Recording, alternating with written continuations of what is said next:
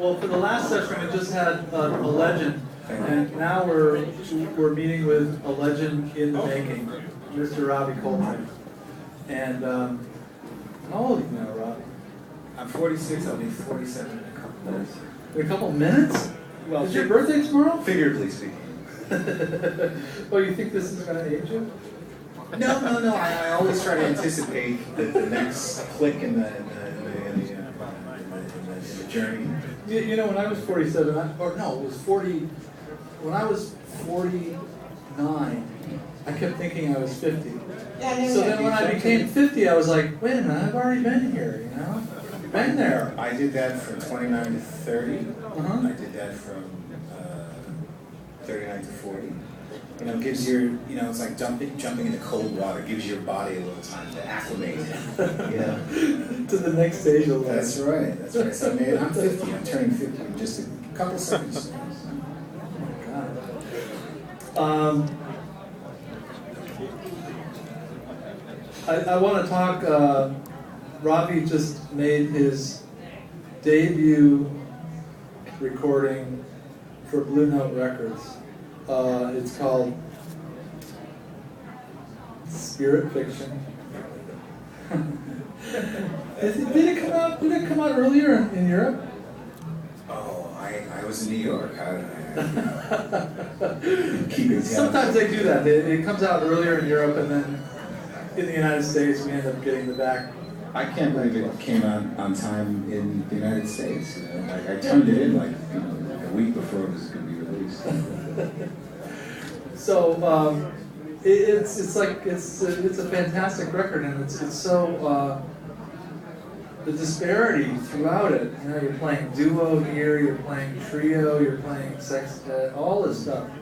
I think it's really fantastic, and I want to talk about. Thanks. I think I want to talk about some of that, and we're also going to play some of the music so that we give the audience a chance to listen in, hear some stuff, and we can kind of explain it. But the reason why you're here at the festival is because you're playing as a sideman, and we've had this conversation before. But tell me about you were sideman just an hour or so ago with McCoy Tyner's band. Yes. And tell me how that was and how it is that you continue to play as a sideman. Well, McCoy Tyner, what can you say? That's McCoy Tyner. When McCoy Tyner asks you to make a gig with him, you start prioritizing and moving things out of the way. And these are the creators of the music that we play today. The fact that we can have opportunities to hear them, have opportunities to hang out with them, have opportunities to get other bands in with them. It's like you make that a priority. I've been playing with McCoy semi-regularly for about 12 years. I play with him maybe once a year, twice a year. Sometimes it's one gig, sometimes it's a tour. But it's always something I feel very privileged to be a part of and involved in.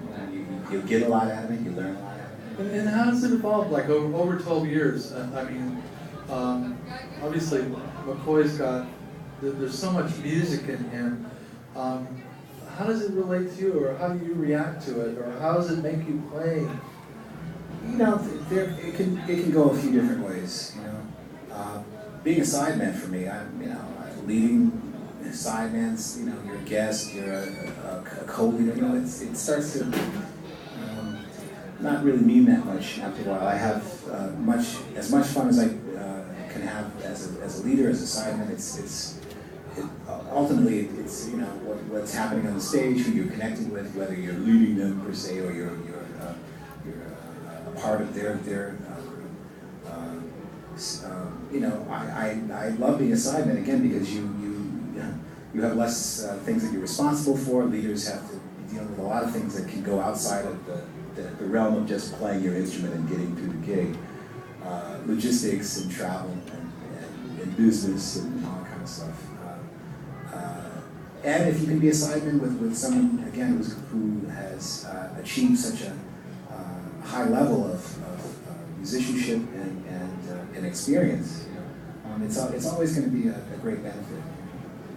Who else have you been doing sidemen? I know that you're a co-leader of the Saxophone Summit with Joe Lovano and Dave Newton. Yeah, that's that's an incredible unit, and I was very, very honored that Dave asked me to be a part of that group after Michael passed. Michael Brecker. Yes. These are musicians that I've been listening to for as long as I've been playing music and following for as long as I've been out here. And again, saxophone players don't, you don't have that many opportunities to play with other saxophone players, especially your elder peers. And again, the learning possibilities. Just being around these kind of musicians, it's impossible to say no to something like that. Who else have you been signing with? Well, let's see. It's a short list. Short list, these days. I did some work with Steve Kuhn last year. Steve Kuhn, piano player. Yeah. I worked with Joanne Brackeen maybe once a year. I worked with Joanne all throughout the '90s. So it was another one of those very creative thinkers that it was hard not to learn a lot from. I am sticking a lot to do with my own gigs as a leader, but I'm again, when the phone rings, I do things with Jack DeJohnette. I see I'm leaving people out. I'm feeling embarrassed. This isn't going to be written. I'm going to do some things with Chick Corea this fall. You are? What are you doing with Chick? Chick is almost like he's so restless and he plays with so many people and it all comes out so great. Yeah, he has 1,000 different projects going on at 1,000 different locations all at once. I don't know how he does it. He is incredibly prolific. I did a week with him at the Blue Note a couple years ago, and all the music was very intense. It was all a lot of his early music from the album Leprechaun and My Spanish Heart and Friends, all the stuff with Joe Farrell. But he kept writing. We rehearsed on a Monday and started the gig on a Tuesday. It was a Tuesday through Sunday. We rehearsed for 12 hours on Monday. The sound check turned into a 5-hour rehearsal. The opening night, and then we played 2 sets. We came back. He had all these ideas. He rewrote all of his stuff. And the very next day we rehearsed for about 3 hours before the gig. The very next day we rehearsed about 3 hours before the gig. We rehearsed every single gig, every day of that week, except for one day. Well, what day did you let you take off? Well, Sunday's a day of rest. But it wasn't bullshit. It wasn't just a guy saying, "Oh, I want to change it." He would hear something, and it would give him an idea, and he'd start reorchestrating things. Restless is a good word. I think he would just go home from those gigs and immediately start writing. Incredible musician. Okay, enough sidemen. Let's talk about what I really wanted to talk with you about. Because I listened to your album, Spirit Fiction, a lot, because I wrote a review of it for eMusic. I saw the review. Yeah, so I just kind of really put headphones on, listen to it, casually, listen to it intensely, have all those kind of experiences of listening to it. And I was really fascinated by it. And I know that this was your first. Well, let me dial back just a minute. This is your first album for Blue Note. Yes. Officially as a leader. Yes. Tell me how all that came about. 2009, you were a member of the Blue Note 70th anniversary band that made the recording Mosaic. But tell me how Blue Note approached you and why you went with Blue Note and all that kind of stuff. I'm kind of curious because. Yeah, Blue Notes. That's number one. Did they approach you? They. I've been in New York working as a musician since 1991. It's when I got out of school. I started working with Elvin Jones then, and I grew up on the West Coast. I was born in New York, but I grew up in Los Angeles, around there. So when I moved to New York, I not only was in this very,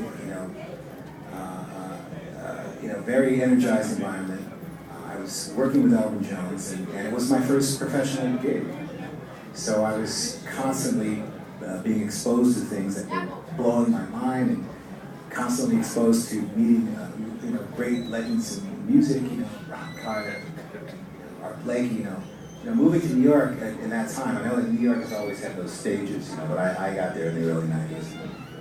And the guys had gotten there 5 years or 10 years before I had, had all these stories like, oh, you should have been here 10 years ago, Love Scene and all this stuff.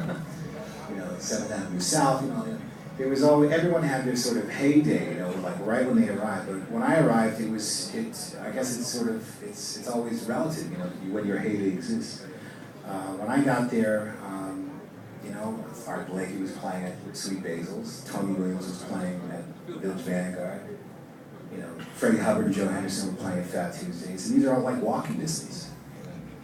I literally felt like I was at like the North Sea Jazz Festival, some European festival. That didn't happen in LA. New York is a very unique place, but nowhere in the world, could you have that just being a regular day of the week where you could walk to all these different clubs and see these legendary musicians. It completely blew my mind. I'm sorry. We're talking about Blue Note. Blue Note. Oh, I did. I met all of the guys very early on. Michael Cascuna, Tom Everett when he was there, and of course Bruce Langall. You're in New York, and these guys are not just running. They're music fans. They're hanging out and they're going to clubs. They're meeting people. And I met them a long time ago, and there was a few other little sort of John Coltrane kind of things that would come up, that would sort of kind of bring me into their kind of world. There was the Carnegie Hall release, and I was working kind of closely with them. When the tapes were found, they sent the tapes to me. Just sort of listening to things and checking the speed of the recording. So I always had kind of that relationship with them, but it was never in the sense that I wanted to be on Blue Note and hey, that took a while. I remember having some showcases in the early '90s where I was looking to get onto the label. They would always check me out, but they'd always say, well, keep doing your thing. But it was around 2005. I put out a record called Influx, and Eli Wolf was a big fan of that record. Jen Corstline, he has always been, kind of a fan and supporter of mine, and they just started pushing it. Bruce started coming to my gigs more, and it was right around then that they were talking about signing me. So it was interesting that